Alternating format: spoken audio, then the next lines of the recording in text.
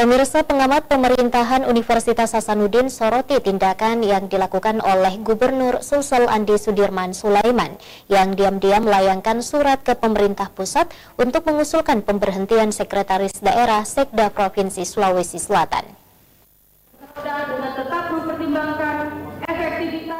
Kabar mengenai wacana penggantian Sekretaris Provinsi ramai di publik Sulsel.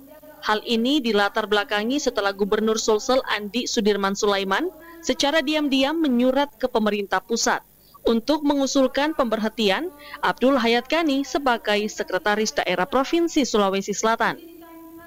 Pengamat pemerintahan Universitas Hasanuddin Andi Ali Almunarto menyoroti langkah sepihak yang dilakukan oleh Andi Sudirman Sulaiman dalam melakukan pemberhentian kepada Sekretaris Daerah. Ia mengungkapkan meski Gubernur Sulsel memiliki hak prerogatif, namun keputusan tersebut dinilai tidak berakhlak.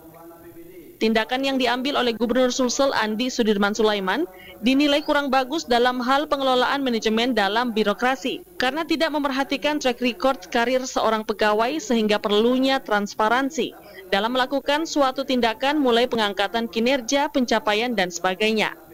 Agar tidak memunculkan persepsi di masyarakat, harusnya Gubernur Sulsel Andi Sudirman Sulaiman melakukan keterbukaan terhadap keputusan tersebut. Kalau itu terjadi, maka itu juga akan menurunkan kredibilitas pemimpin. Makanya memang harus jelas, gitu ya. Aturan harus ngikut aturan yang jelas, lalu proses transparansinya yang jelas, mekanisme rekrutmennya yang jelas, mekanisme evaluasinya yang jelas, supaya tidak memunculkan polemik di publik. Itu kan sekarang dengan pengakuan Pak Sekda misalnya, saya tidak diberitahu. Sampai sekarang pun saya belum tahu gitu. Saya cuma dengar dari wartawan dan segala macam. Itu kan bisa menimbulkan persepsi yang tidak bagus di publik. Tapi kalau ada informasinya transparan dan segala macam, itu bisa diakses, saya rasa maka tidak perlu lagi, tidak akan muncul lagi polemik-polemik seperti itu. Nah, makanya ke depan saya rasa itu yang perlu diperbaiki.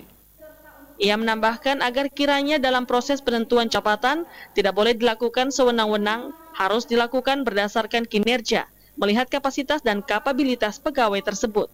Ardi Jaho, Celebes TV.